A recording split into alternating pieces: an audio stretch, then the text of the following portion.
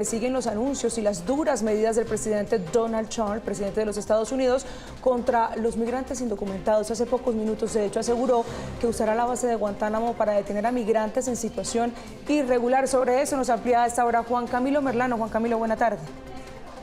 Alejandra, 30.000 camas quieren habilitar en la base de Guantánamo, que recordemos es una base que tiene los Estados Unidos en territorio cubano. Ellos, por cuenta de un acuerdo, controlan una parte de Cuba que es particularmente esa zona donde se encuentra esta base militar, que es una prisión realmente para mantener recluidos a los criminales más peligrosos. Allí recluyeron a criminales envueltos, por ejemplo, en los atentados terroristas del 11 de septiembre contra las Torres Gemelas, y ahora Trump está diciendo que firmará una orden ejecutiva para que también sirva como una especie de centro de detención para inmigrantes ilegales, lo cual no lo había, digamos que es una novedad frente a las propuestas que ya había presentado. Pero también habló de Colombia.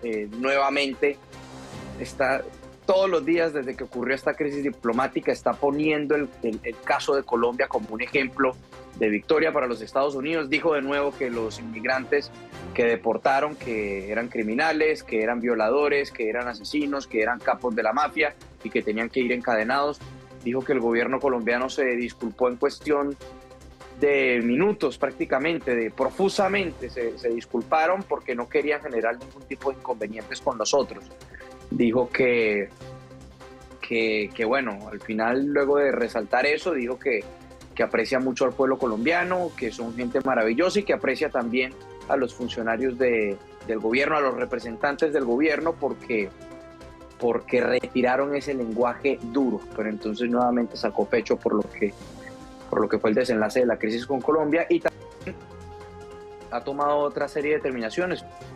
Una ley particularmente que lo que hace es endurecer el margen que tienen las autoridades federales para procesar y para deportar inmigrantes ilegales, pero les da un margen de interpretación muy alto. Es la ley Laken-Riley, que básicamente lo que establece es que si hay incluso una sospecha de que un inmigrante, o una denuncia de una persona de que un inmigrante cometió algún robo o cometió algún crimen, lo pueden capturar y las autoridades federales lo pueden deportar. Entonces ha habido preocupaciones por parte de organizaciones porque aseguran que esta ley, por ejemplo, va en contra de los derechos consagrados, derechos humanos de los inmigrantes, y que también una persona, un menor de edad, por ejemplo, que robe un pan en una tienda, ya eso es motivo suficiente para que algún funcionario federal lo detenga y lo deporte. Entonces, por eso ha despertado bastante inquietud y bastantes dudas. Y a esto se suma también la determinación ya confirmada esta mañana por parte de su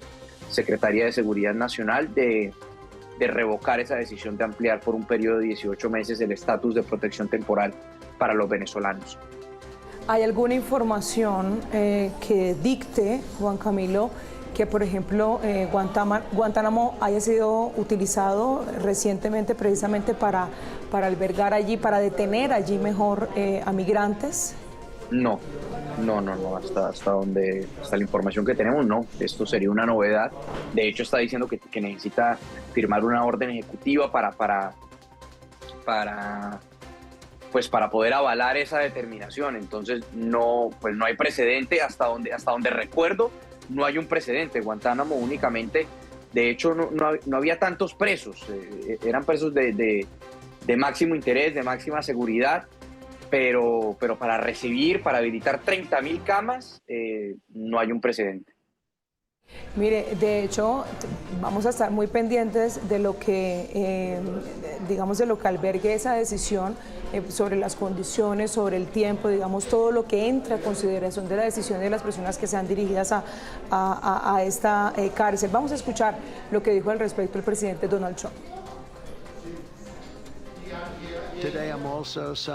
Hoy también estoy firmando una orden ejecutiva para instruir a los departamentos de Defensa y Seguridad Nacional que comiencen a preparar una instalación para 30.000 inmigrantes en la bahía de Guantánamo.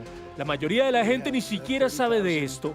Tenemos 30.000 camas en Guantánamo para detener a los peores inmigrantes ilegales criminales que amenazan al pueblo estadounidense. Lo que sí es cierto también es la expectativa que hubo mucho tiempo, Juan Camilo, y si me permite hacer un poco de contexto sobre lo que es Guantánamo, la expectativa que había tanto para el gobierno de Barack Obama como para el gobierno del saliente Joe Biden de cerrar definitivamente este lugar, ¿no? Sí, sí, hubo varias iniciativas, pero también hubo bloqueo por parte del Congreso, también hubo bastante resistencia porque consideraban que en efecto había unos criminales que representaban un riesgo para la seguridad nacional allí recluidos en Guantánamo, que incluso hay varios criminales o hay varios señalados criminales más bien que fueron recluidos allí en Guantánamo sin tener una condena en firme, simplemente por sospecha. Esto fue por cuenta de toda la guerra contra el terror y las facultades especiales que se desataron luego de los atentados terroristas del 11 de septiembre. Pero sí hubo intentos tanto de Obama como de Biden.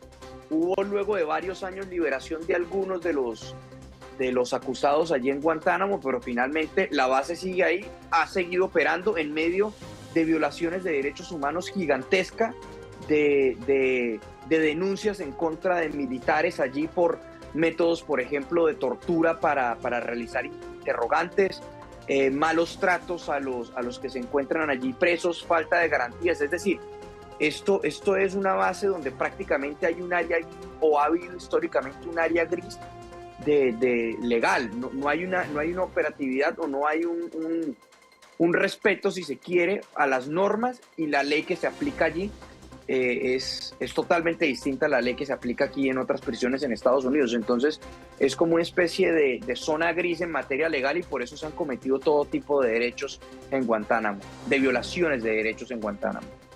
Bueno, seguramente en las próximas horas estaremos conociendo las implicaciones de esta medida, Juan Camilo. Por lo pronto, gracias por ese contacto.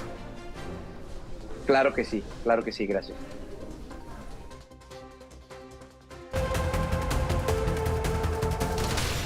Mientras tanto, vamos analizando precisamente lo que le decía hace unos minutos a Juan Camilo, lo que representa esta decisión, lo que significa este lugar también, con María Camila Delgado, vamos de nuestro equipo internacional de Noticias Caracol en vivo.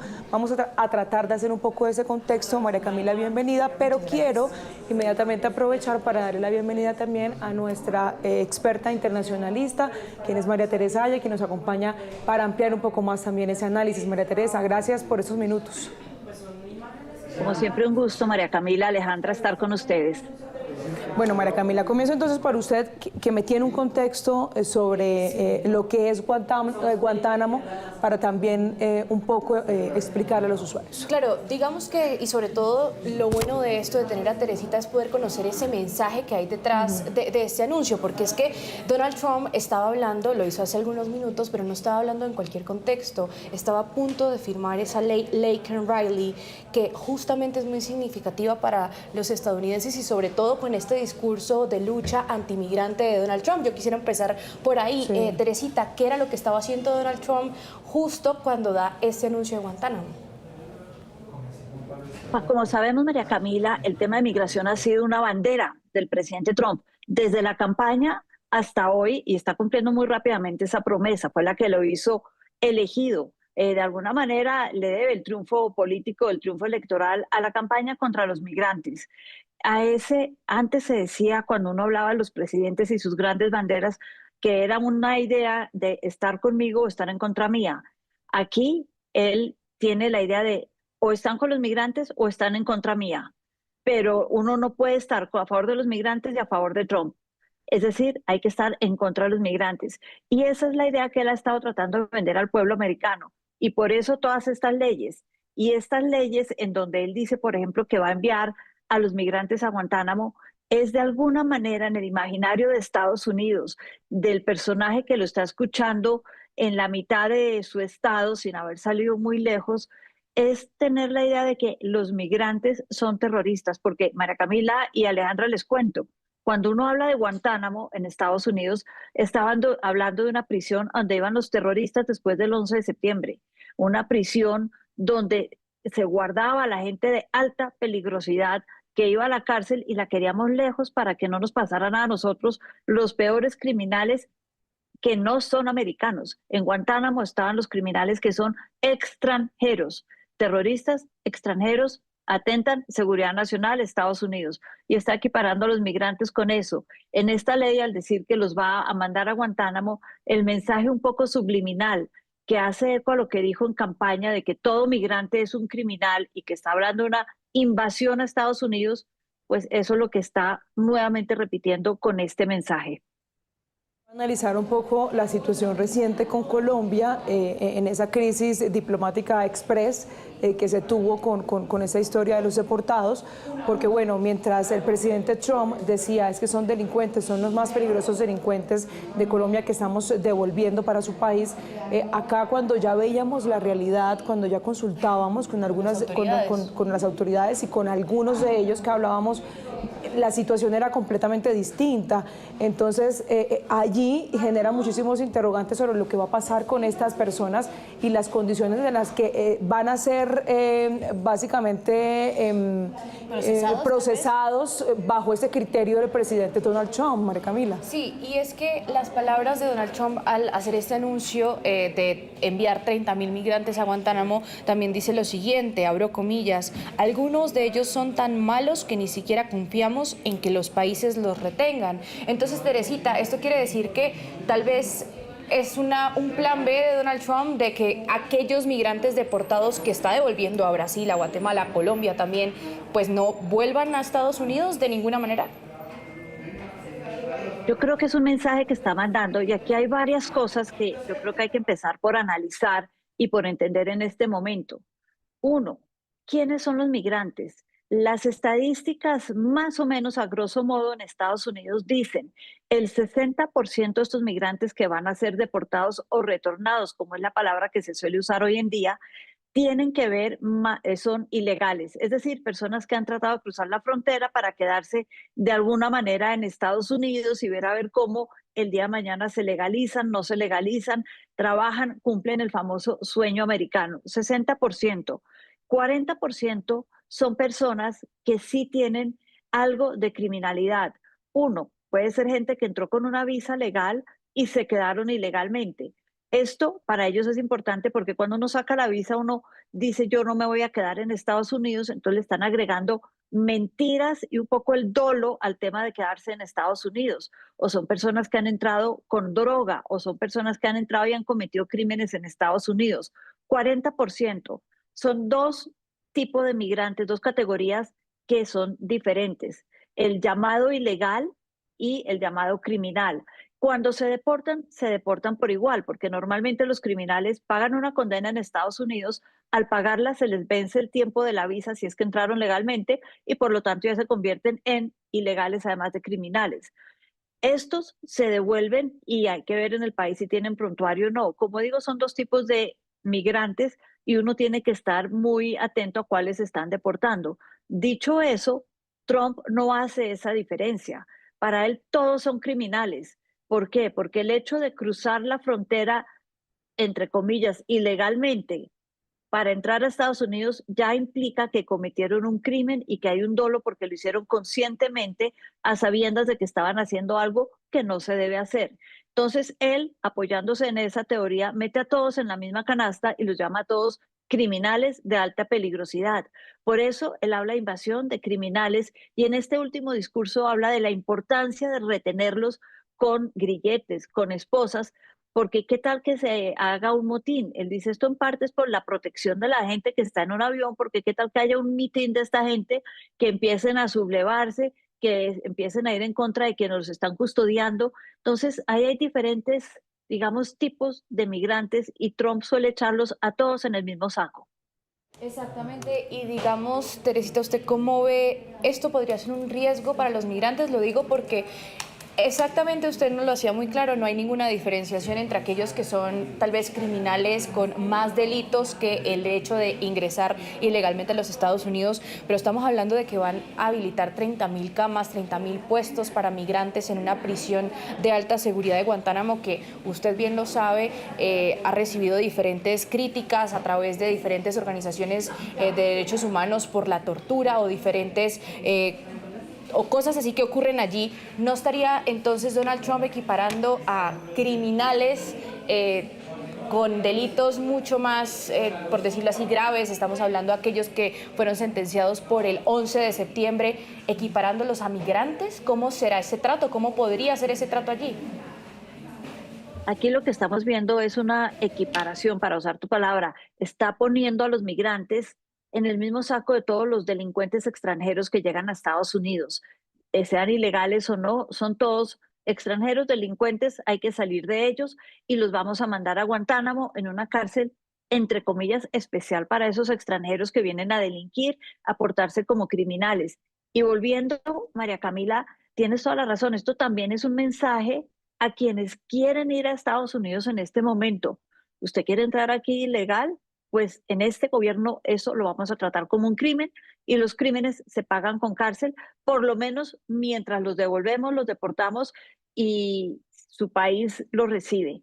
Entonces es una advertencia, es mostrar que tiene mano dura, es cumplir esa promesa electoral, pero sobre todo es, y acá es interesante, yo creo que al decir todo esto, si bien nos está mandando un mensaje a todos los países que tenemos situación de ilegalidad, ilegales que quieren ir a Estados Unidos, también es un mensaje, yo diría que tal vez esto es más importante y por eso hay que tomarlo también desde esa perspectiva en este momento, y es un mensaje a sus propios electores. Yo le estoy hablando a Juan para que Pedro me escuche. Yo estoy diciéndole, estoy cumpliendo, estoy amenazando a los ilegales, pero el mensaje es, mire, señor John Smith, yo estoy cumpliendo lo que le prometí que voy a hacer y mire que lo voy a cumplir. El discurso, las palabras, para él son un hecho político de cumplimiento de una promesa electoral. Entonces, sí, la está cumpliendo y hay que ver cómo se va a seguir desarrollando el tema. Teresita, pero entonces, teniendo en cuenta el hecho de que para Donald Trump todos los migrantes irregulares son criminales y quedando evidenciado que no es así, ¿quién puede detener esta medida? ¿Hay alguna manera? Desafortunadamente, Alejandra, es muy difícil. Organizaciones de derechos humanos, como nos contaba María Camila, han tratado en el pasado, precisamente con la cárcel de Guantánamo, de decirle a Estados Unidos, esto no se hace, usted está incumpliendo las normas del derecho internacional humanitario, pero ¿por qué digo que es muy difícil? Porque Estados Unidos es un país que no firma los protocolos internacionales en temas de derechos humanos. Ellos, desde el final de la Segunda Guerra Mundial, tienen como política de Estado no firmar ningún convenio internacional que les obligue a ellos a cambiar su ley interna por cuenta de una ley internacional. Eso no lo hacen, no son miembros de la Organización Mundial del Comercio, para hablarle de otros ejemplos. No aceptan el protocolo ni de Kioto ni de París. Tienen sus propias leyes ambientales y muchas veces en California más estrictas que las que piden estos protocolos, pero ellos no firman ningún protocolo internacional en donde estuvieran obligados su Congreso a aceptar injerencia o leyes de encima. Por eso el tema de derechos humanos se les puede demandar, pero como no son miembros, no tienen que rendir cuentas. Lo único que los haría, vuelvo y repito, rendir cuentas en este tema es, por ejemplo, que el electorado que elige a sus representantes y senadores empiece a mandar cartas, empiece a decirle, yo a usted no lo reelijo si usted no hace algo por evitar estos desastres, yo por usted no vuelvo a votar. Esa es una manera, por ejemplo, de presionar en Estados Unidos y las ONGs de derechos humanos manejan estos temas. Pero, como les digo, un país que no es miembro de estos protocolos, que no ha firmado estos tratados, es muy difícil desde afuera tratar de presionarlos. Mire, María Teresa y María Camila, vamos a sumar a esa conversación a Judy Mora, porque además hay que volver a hablar, Judy, de la situación también de los colombianos posterior a esta crisis diplomática expresa entre el gobierno colombiano y el gobierno estadounidense, también el panorama allí en Estados Unidos. Judy. Hola, muy buenas tardes. Pues desde la perspectiva desde la que yo los recibo, que he estado en estos últimos 2 días en el Aeropuerto Internacional de Miami recibiendo precisamente a esos viajeros que venían procedentes de Colombia, tan pronto se estalló esa crisis diplomática entre Estados Unidos y Colombia, el presidente Trump habla de esas consecuencias, incluidas revisiones dobles para todos los viajeros colombianos, pues en el aeropuerto se empezó a sentir esto. Ayer, más exactamente, en horas de la tarde, me hablaban de filas enormes de hasta 3 y 4 horas en los filtros de seguridad, me hablaban de revisiones, apertura de maletas, revisión de cada uno de los elementos que llevaban los colombianos, absolutamente todos los viajeros que iban en vuelos procedentes de Colombia, si fueran extranjeros, pues eran sometidos a estas revisiones tan rigurosas. Ya el panorama para el día de hoy, pues fue diferente. Pudimos ver que muchos de estos viajeros, en especial los que tienen ciudadanía estadounidense, colomboamericanos, pues me hablaban de un filtro de seguridad al que se llegaba, pero que tan pronto veían que tenía pasaporte estadounidense, pues ya el siguiente paso era mucho más ágil. Ya en cuanto a los colombianos con visa de turista, me decían que si bien había filtros de seguridad un poco más rigurosos, pues era todo mucho más ágil. Ya vuelos que aterrizaban más o menos una hora después, ya los viajeros iban saliendo. Entonces ya estas medidas de seguridad en el aeropuerto se fueron agilizando un poco más.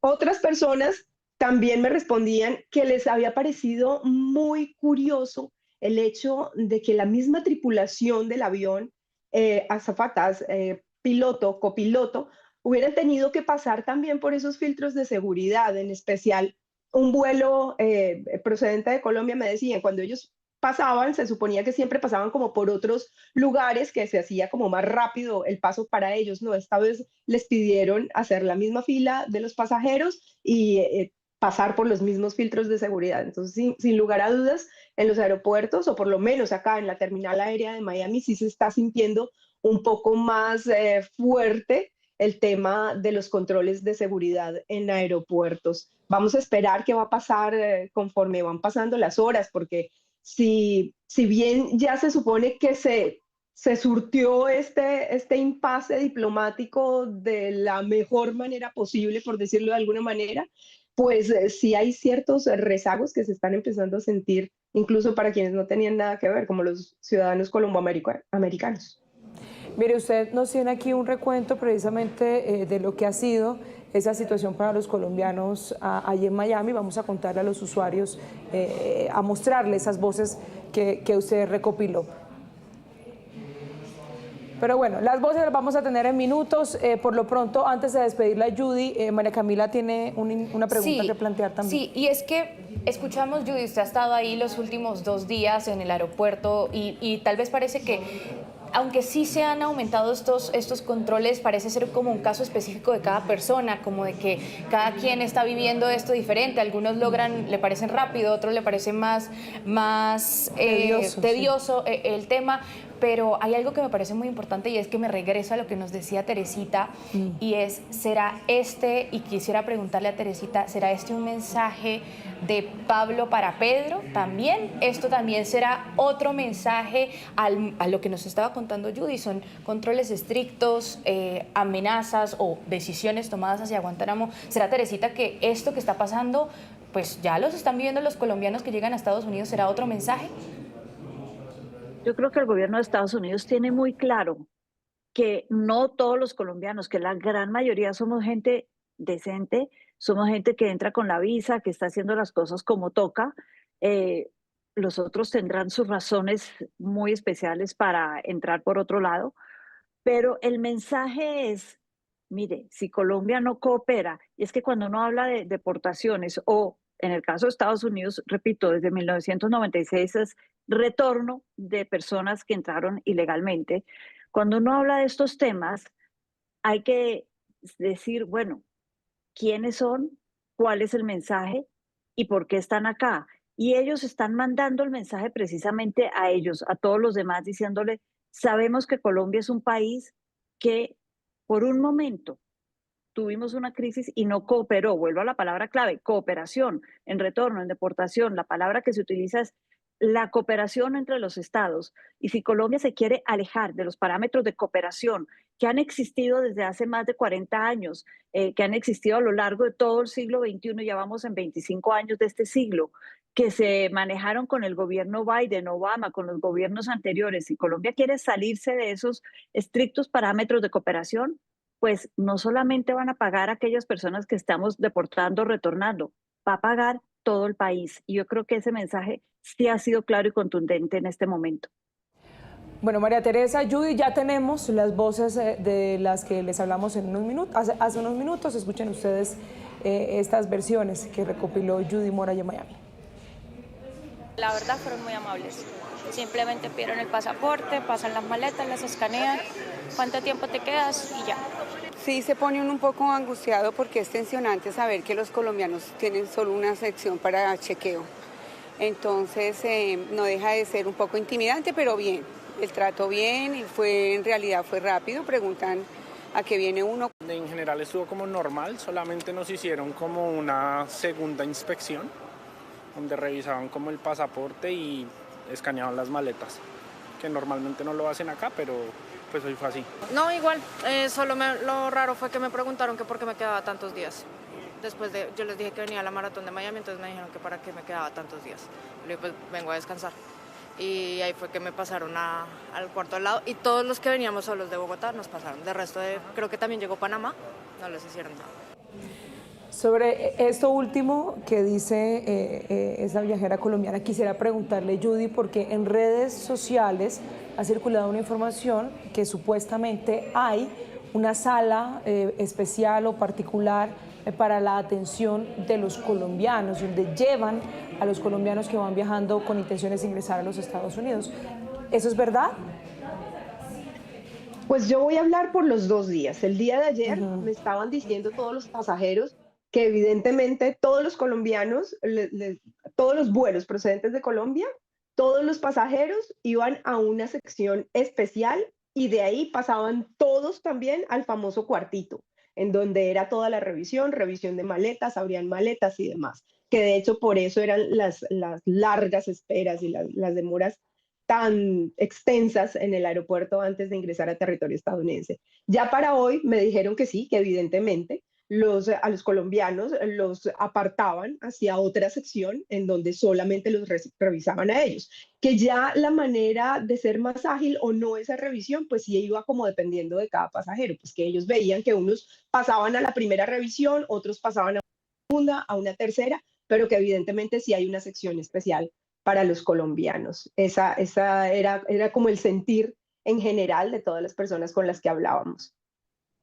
Pues Judy, vamos a seguir muy pendientes porque es una situación por supuesto muy incómoda para los seguramente miles de viajeros que van sin una pretensión pues de quedarse como indocumentados o como irregulares allí en el país. Muchísimas gracias por su reporte, Judy. Con gusto. Buena tarde.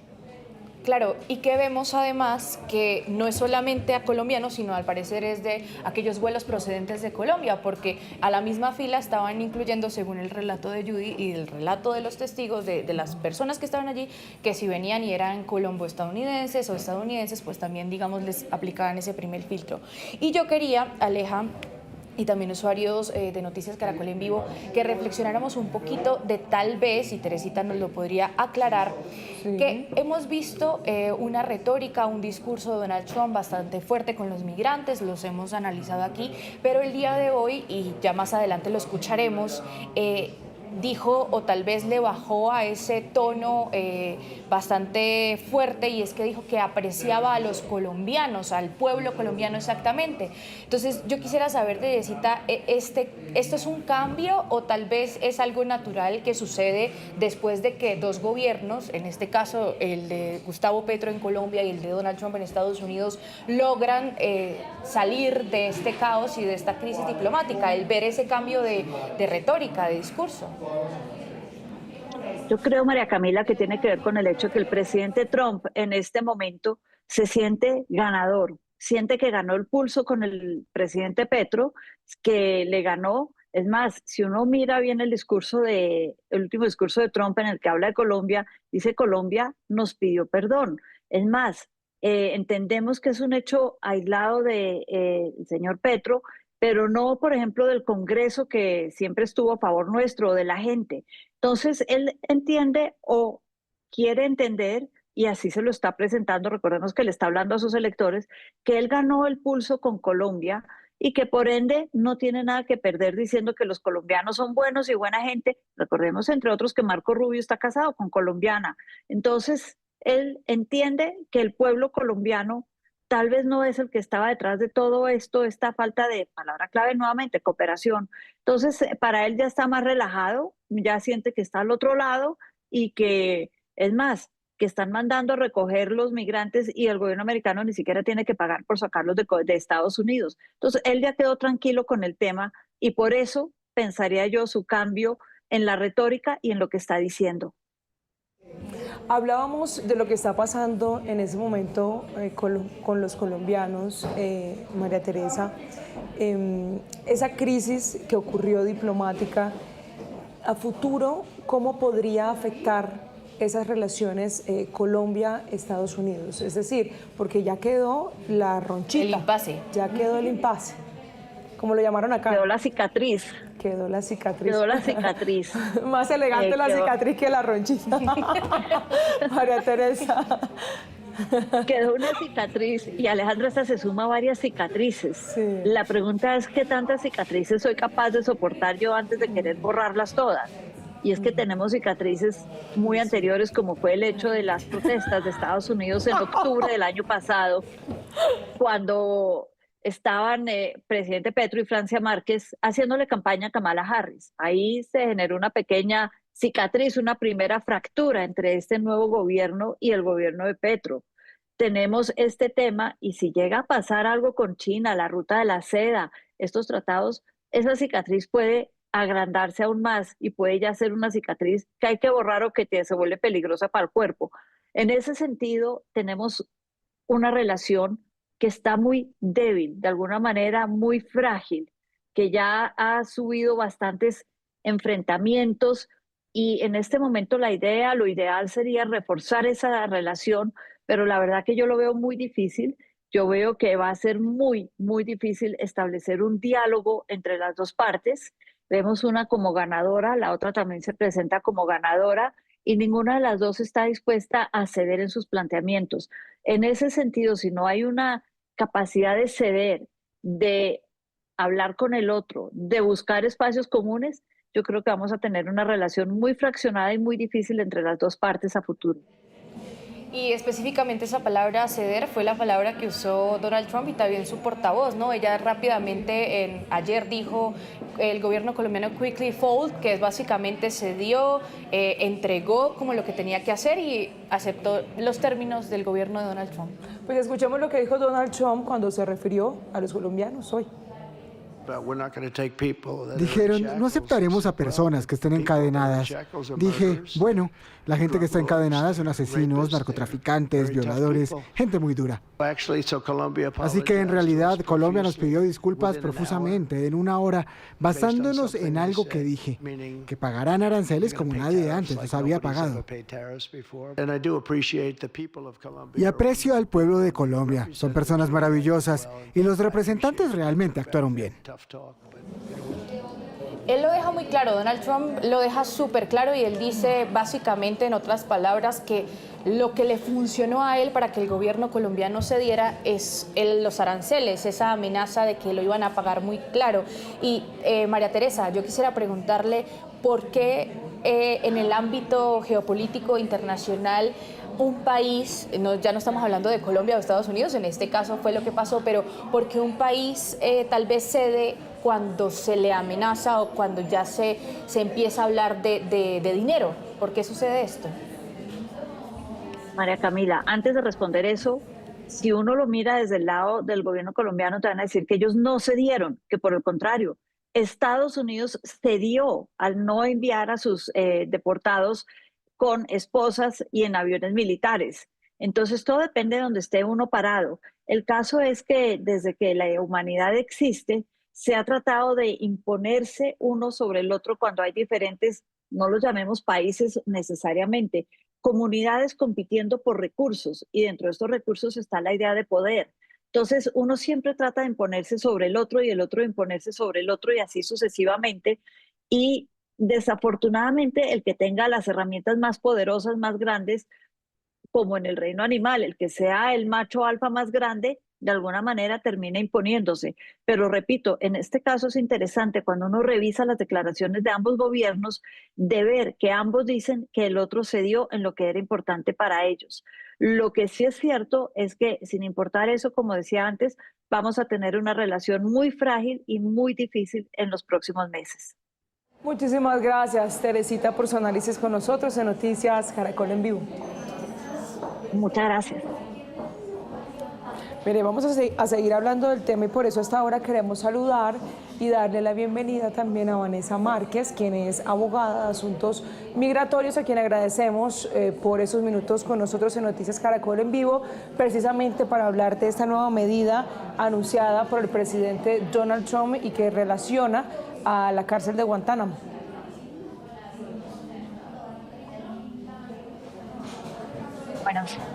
Buenas tardes. Buenas tardes. ¿Cómo estás? ¿Nos escucha bien? Sí, sí, las escucho perfecto. Bueno, ¿qué opina de la decisión del presidente?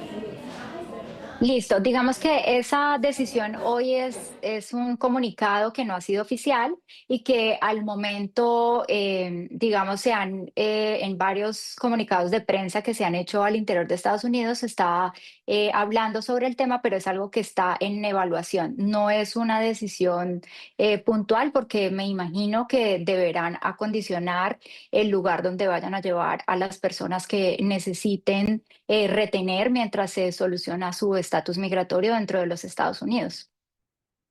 Te dicen que... Claro, y es que precisamente lo que ocurre es que el anuncio de Donald Trump es que la va a firmar, es decir, va a volver una realidad a esta adecuación de la cárcel de Guantánamo.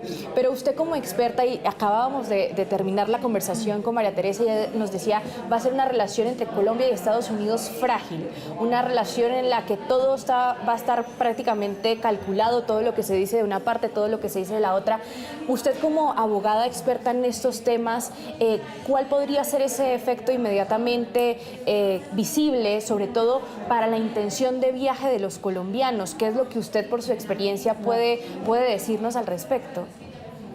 Digamos que la recomendación principal es que antes de hacer sus viajes chequen muy bien sus pasaportes, que tengan las visas vigentes, una vez lleguen a Estados Unidos y tengan el segundo chequeo como se está haciendo desde el día lunes en los diferentes aeropuertos de Estados Unidos, pues tomar todas las precauciones de tener paciencia para este segundo chequeo. Adicional, tratar de siempre buscar la recomendación de algún abogado experto en temas migratorios para poder solucionar su tema dentro de los Estados Unidos para aquellos que se encuentren acá. Y un parte de tranquilidad, hasta hoy nos habían informado, no han abierto y no se han cancelado las citas de mañana. Digamos que a esta hora, el día de ayer, ya se habían enviado los correos para algunas personas que tenían su cita. Sin embargo, hasta ahora no hemos recibido ninguna cancelación y esperemos que pues así continúe y mañana se pueda regularizar mejor esta situación. Sin embargo, es importante que cada persona, de acuerdo a su proceso, porque cada proceso migratorio es único, esté bien asesorado para que pueda ser más llevadero su entrada a Estados Unidos. Eso para quienes están en este momento en cualquier trámite consular de visas de estudiante, visas de inversionista por Colombia o digamos otras de las visas de turismo, que son las que se hacen por trámite consular. Y para aquellos que tienen procesos internos como visas de interés nacional o visas EB1, certificaciones laborales al interior de Estados Unidos, tener esa parte de tranquilidad que esas las está tramitando la oficina de USCIS en Estados Unidos y por ese punto, al ser ley federal, pues todavía no tenemos ningunos cambios significativos en este tipo de procesos. Lo que sí va a generar es que vamos a tener demoras y muchos cambios durante los procesos que son consulares, pero también es un llamado a la calma de que si yo tengo mis documentos en regla y estoy, digamos, con la búsqueda de alguien experto, pues puedo llevar y solventar esta situación mucho mejor. Bueno, yo quería preguntarle con relación a esta reciente determinación del presidente Donald Trump. Hablábamos hace unos minutos con María Teresa, ya para el presidente Donald Trump todos los migrantes irregulares son delincuentes y son tratados como tal, pero sabemos que esa no es la realidad. qué opciones también legales tienen estas personas, porque no podríamos descartar hoy día, haciendo un poco de futurología, que algunos de estos inocentes terminen en Guantánamo, por ejemplo. Claro, y que muchas personas también escuchábamos en los testimonios que cuando llegan, por ejemplo, deportados a Colombia, los regresan, dicen yo tengo la intención de volver porque yo no soy un criminal, que hay abierto para ellos, que digamos qué derechos hay abiertos para ellos. Digamos que existe migratoriamente posibilidades de presentar perdones ante la oficina de USCIS o ante el gobierno de Estados Unidos. Sin embargo, esto es discrecional, ¿no? Todos los documentos o situaciones que se presenten en relación a perdones por reingreso o una estancia ilegal durante un tiempo determinado en Estados Unidos requieren una revisión de un oficial de migración. Por eso es importante que siempre busquen la ayuda de un experto para evaluar todas las opciones que tienen como inmigrantes y poder establecer los derechos que como inmigrantes tenemos dentro de Estados Unidos. Mire, doctora Márquez, estamos en una conversación acá, un análisis con María Camila. En efecto, si uno entra a un lugar de manera irregular, sin los documentos, sin la documentación requerida, uno está cometiendo un delito. Pero estamos hablando de que ese delito te hace un criminal al nivel como lo está llevando Donald Trump. De por sí es un criminal, o sea, en este discurso se puede decir que aquel que ingresó a Estados Unidos de manera ilegal es un criminal. Bajo la ley migratoria estás rompiendo una ley federal. Entonces, a esa ruptura, pues normalmente por este tipo de delitos, pues se tiene una condición en la cual no puede ser tratado de la misma manera. Sin embargo, hay cosas que son básicas de derecho internacional humanitario y que, digamos, todos tenemos derecho al debido proceso, ¿no? Cuando una persona se encuentre enfrentada a que no tiene en algún momento dado un documento para soportar, siempre debe pedir ver un juez de migración, porque ese es el derecho que como inmigrantes tenemos. Siempre debemos solicitar no firmar ningún documento sin acompañamiento las personas que están queriendo ingresar y que tienen algún parol o algún permiso de viaje y que algunos no los han dejado ingresar, pedir siempre a hablar con un juez de migración para que se haga el debido proceso. Entonces, doctora Vanessa, que esto yo, por ejemplo, no lo sabía, vemos que se están aumentando los controles migratorios para aquellos vuelos procedentes de Colombia en Estados Unidos, nos lo comentaba Judy Mora desde Miami. Si llega a haber algún problema, y usted nos lo dijo desde el inicio, revise su pasaporte, revise sus documentos en regla. Si como colombiano yo llego a Miami, tengo mis documentos en regla, sé que está todo por la vía legal, pero al momento de encontrarme con ese filtro migratorio, tal vez las autoridades por órdenes X o Y, tal vez tengo algún problema, ¿se puede llamar a ese juez migratorio? ¿Es lo que yo puedo hacer? ¿Llamar a un abogado migratorio? ¿Qué es lo que puede hacer la persona en ese momento? Va a depender del estatus que tenga la persona. Si es visa B1 o B2 como visa de turismo, es a discreción del oficial de migración que te está haciendo el ingreso a Estados Unidos y para eso se va a revisar el historial de viaje que tenga la persona, los tiempos que ha permanecido en el país, cuántas veces ha ingresado y ha salido, cuántas veces ha permanecido fuera del país. Ese tipo de cosas son las que evalúa el oficial de migración, pero claro, en tipos de visas como las de turismo, ellos tienen la potestad de dejarte entrar o no. O sea, es el derecho que se les otorga como oficiales de migración. Ya nos referimos a las personas que están pendientes de un estatus migratorio, por no llamarlos ilegales, porque esa no es digamos, estamos hablando de seres humanos, esa no sería la palabra. Las personas que están pendientes de un estatus migratorio y que tienen ese ingreso con un parol o este tipo de permisos de viaje, a ellos son los que podríamos buscar un juez de migración, por ejemplo, en el caso de que tú tengas la residencia legal de Estados Unidos y por algún motivo te pidan hacer un segundo chequeo y hacer firma de cualquier documento. Es ahí donde debes pedir ver un oficial de migración y no firmar ningún documento sin acompañamiento de un abogado. Pero esto que estamos dialogando no es nuevo. Mi pregunta sería, Claro, Estados Unidos, como cualquier país independiente, tiene esa decisión de lo dejó entrar o no. Y mi pregunta sería, ¿es nuevo o no que ahora con todas estas tensiones, con todo lo que está ocurriendo, tener la visa en regla, los papeles en regla, el pasaporte en regla, no garantiza para una visa de turista, me estoy refiriendo específicamente, que cuando llegues a Estados Unidos te dejen pasar? ¿Esto nunca se garantiza ahorita o nunca se había garantizado? Nunca se va garantizado, o sea, tener una visa de B1 o B2 de turismo no te garantiza el ingreso a Estados Unidos porque, como les decía, hay condiciones del buen uso de la visa. O sea, si tú vienes con una visa de turismo, pues lo ideal es que te quedes un tiempo prudencial, no decir que vienes de turismo 4 meses, regresaste al país y volviste para quedarte otros 4 meses. Ese tipo de historiales son los que se evalúan durante los ingresos que uno tiene como inmigrante a los Estados Unidos.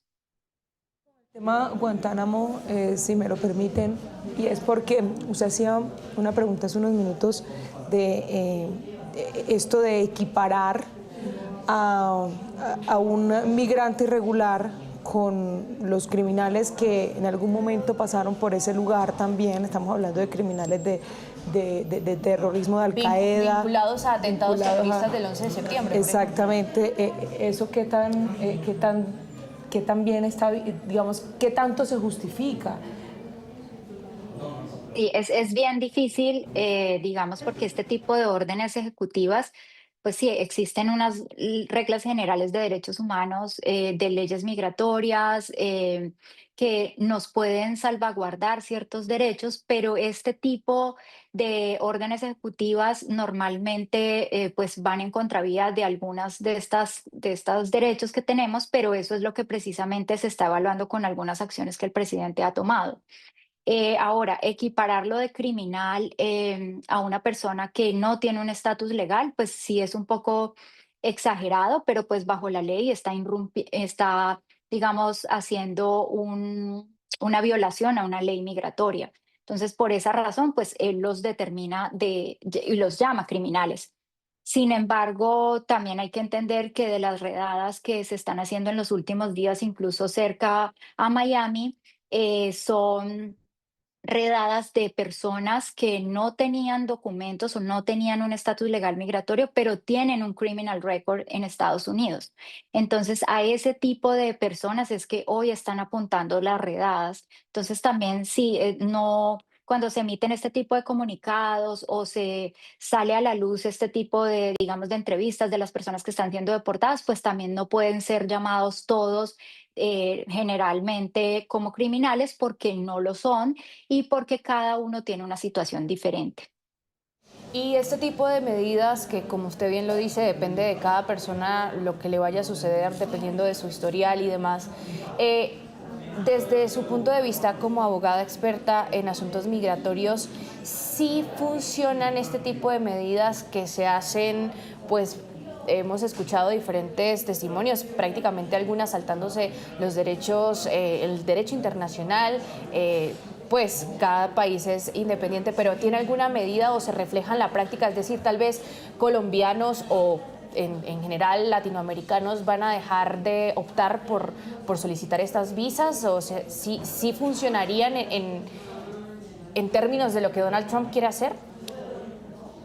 Sí, digamos que hay diferentes categorías de visas y digamos no hay ninguna modificación o afectación para aquellas visas de profesionales, por ejemplo, las visas de interés nacional, las visas EB1, las visas de certificación laboral son aquellas que se solicitan para cuando una persona tiene ciertas características y puede venir a aportar a Estados Unidos, generar empleo y demás. Este tipo de trámites de visas de inmigrantes en este momento no están siendo afectadas, no hay ninguna regulación o ninguna orden presidencial en relación a este punto.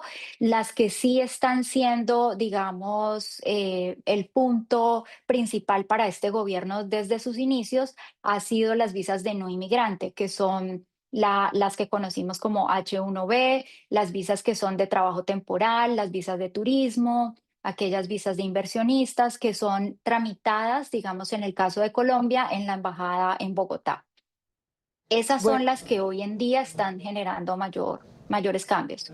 Es decir, que si hay pretensiones de los colombianos de hacer su trámite de visa, no va a tener ningún inconveniente. No va a tener ningún inconveniente, lo único es validar que cumplamos con los requisitos cuando vayamos a iniciar el proceso. Por eso es importante buscar la asesoría de un experto y poder tener la tranquilidad de presentar con la verdad sus trámites ante la embajada.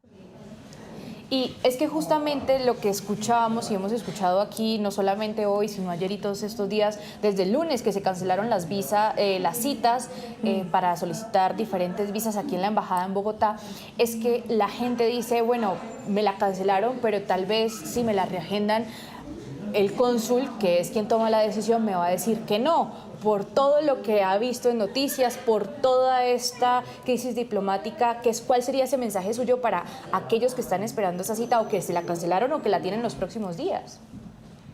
Mira, yo pienso que obviamente toda esta cantidad de información ha generado demasiada incertidumbre y pues yo lo vivo en nuestra compañía todos los últimos 2 días. Hemos estado bastante congestionados por todas las personas que quieren conocer de cómo va a continuar este proceso. Sin embargo, yo pienso que cuando tú has hecho las cosas bien, es muy probable que la objetividad prime en este tipo de evaluaciones y que no tengamos ningún problema cuando vayamos a presentarnos. Lo más importante es que cumplas con los requisitos, el arraigo en el caso de las visas de turismo, que tú tengas cómo demostrar a ese oficial de migración que tienes cómo quedarte en el país por un tiempo determinado, pero que además tienes una situación de arraigo en Colombia y que pues no estás interesado en venirte a vivir acá con una visa de turismo, por ejemplo. Entonces, es creo que chequear que cumplan todos los requisitos y dar tranquilidad de que si hacemos las cosas bien, pues es muy difícil que tengamos resultados negativos. Adicional, pues porque, digamos, las leyes y los requisitos para cada tipo de visa no han sido modificados. Esto es un tema más político en el que nos estamos enfrentando hoy en día. Para ir terminando, es decir, las personas que tenían su cita y tuvo que ser cancelada en medio de toda esta situación de crisis diplomática, ¿se les va a volver a reagendar, por ejemplo? Sí, hemos tenido reagendamientos, personas que pudieron ingresar a la plataforma y reagendaron para, digamos, la próxima semana, visas de periodistas, visas que nosotros estábamos tramitando en nuestra oficina, ya pudimos lograr reagendar, pero por ejemplo los que tenían el día de ayer y hoy, estas sí fueron canceladas. Hasta esta hora no hemos recibido cancelaciones para el día de mañana. Esperamos que, como ya se ha mencionado, se está tratando de acomodar la situación, pues los de mañana puedan ir a su cita y lograr estar ingresando a la página para poder reagendar los que fueron cancelados. Muchísimas gracias, doctora Márquez, por esos minutos. Bueno, a ustedes, muchas gracias. Quedaron además asesorados los usuarios que de pronto estaban en la expectativa de esto. Claro, y que vemos que esto no, lo que sucede, lo político no está afectando los temas consulares o esas solicitudes. Si algún colombiano en este momento quería optar por la visa de turista y lo quiere realizar, lo puede hacer porque no se ha afectado ninguna de esos parámetros precisamente para poder optar por ellas. Entonces, digamos que hay tranquilidad por esa parte, por la parte consular.